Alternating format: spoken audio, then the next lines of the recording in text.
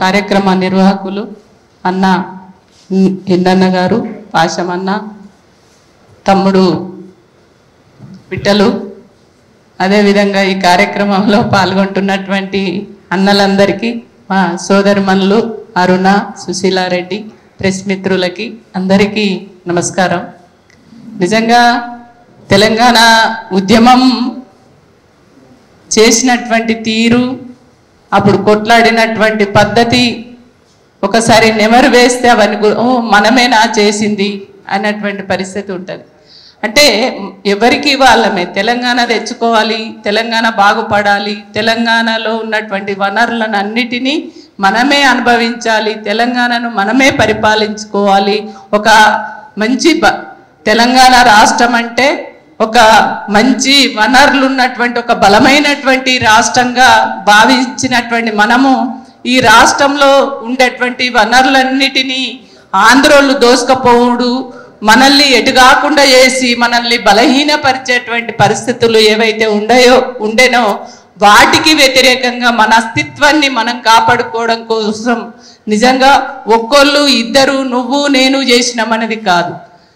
ఆ పోరాటాలు సకల జనులం, ఆడ మొగ ముసలి ముతుక ఎవ్వరూ తేడా లేకుండా ప్రతి ఒక్కరం కూడా తెలంగాణ ఉద్యమంలో భాగస్వామ్యం అయినాం. ఆ భాగస్వామ్యం ద్వారా తెలంగాణ రాష్ట్రం అనేది సాకారమైంది.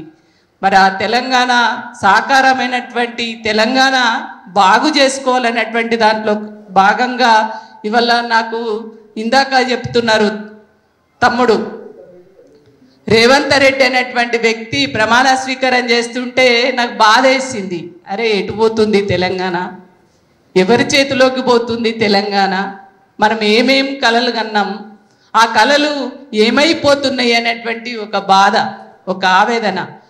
ఆయన ప్రమాణ స్వీకారం చేసేటప్పుడు ఒక్క తెలంగాణ మాట కానీ తెలంగాణ నినాదం కానీ లేకపోవడం అని అప్పటి నుంచి ఇప్పటి వరకు ఎప్పుడు కూడా జై తెలంగాణ అనేటువంటి పదము ఇప్పటి వరకు వాడలేదు.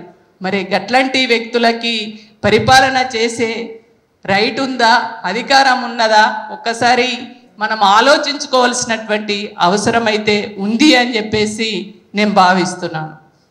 ఎందుకంటే ఆనాడు తెలంగాణ వద్దని, తెలంగాణ ఎట్లొస్తుందో చూస్తామని తెలంగాణ ఉద్యమకారులను తుపాకీతో ఎక్కుపెట్టి తెలంగాణకు అడ్డం వచ్చినటువంటి ఆ వ్యక్తుల్ని మరి మనం ఏం చేయాలి, మనం ఏం చేయవలసినటువంటి అవసరం ఉంది అనేది మొన్న ఇన్నన్నను కలిసినప్పుడు అన్న చెప్తే చాలా నాకే బాధ అనిపించింది. అరే అన్న అన్నేళ్ళు 20 ఏళ్ళు తెలంగాణ కోసం కొట్లాడితిమి, పోరాడితిమి, మరి పోరాడినటువంటి తెలంగాణ ఆగం కావడానికి వాళ్ళ మరి చంద్రబాబు నాయుడు ఒక్కరోజు కాదు, ఎప్పుడు ఈ తెలంగాణ వచ్చిన ఈ 10 ఏళ్లలో ఒక్క పూట కనబడినటువంటి చంద్రబాబు నాయుడు మొన్న మొత్తం హైదరాబాద్ అంతా ఎక్కడ చూసినా ఆయన బొమ్మలే.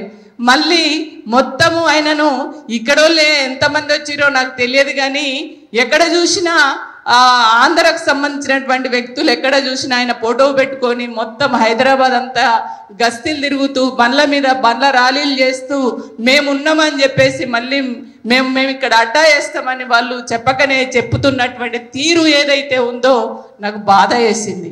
నిజంగా తమ్ముడు చెప్పినట్టు చంద్రబాబు నాయుడు ఎంతమంది ఉద్యమకారులను, ఎంతమందిని ఊచకోత కొయ్యలేదు, ఎంతమంది చావులకు కారణమైనటువంటి వ్యక్తి లలితక్క కావచ్చు, మారోజు వీరన్న కావచ్చు, చెప్పుకుంటా పోతుంటే చాలామంది ఉన్నారు. ఆనాడు తెలంగాణ జరుగుతున్నటువంటి క్రమంలో తెలంగాణ ఉద్యమాన్ని నీరుగార్చడం కోసం కూడా అనేక కుట్రలు కుతంత్రాలు జరిగినటువంటి పరిస్థితి.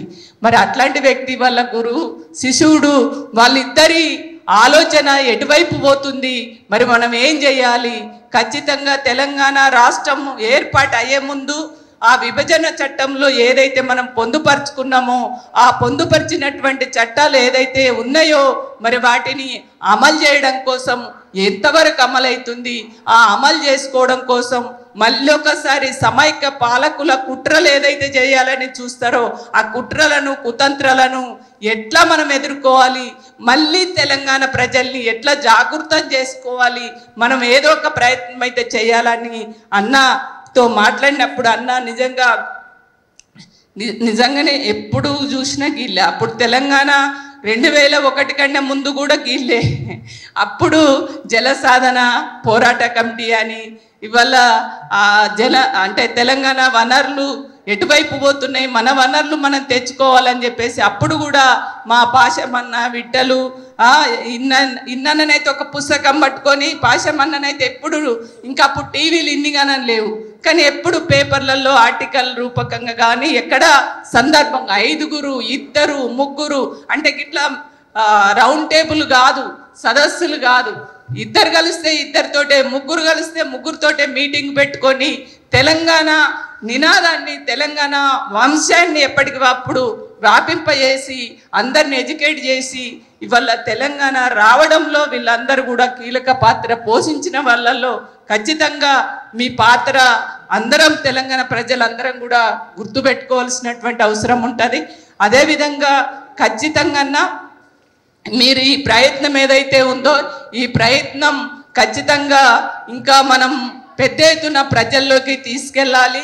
ఖచ్చితంగా విభజన చట్టాలలో ఉన్నటువంటిది ఏదైతే అప్పుడు రాశారో దాన్ని అమలు చేసే దశగా ఖచ్చితంగా ఆంధ్ర పాలకులు ఇవాళ ఏదైతే కుట్ర చేయాలనేటువంటి ప్రయత్నం ఖచ్చితంగా చేస్తారు.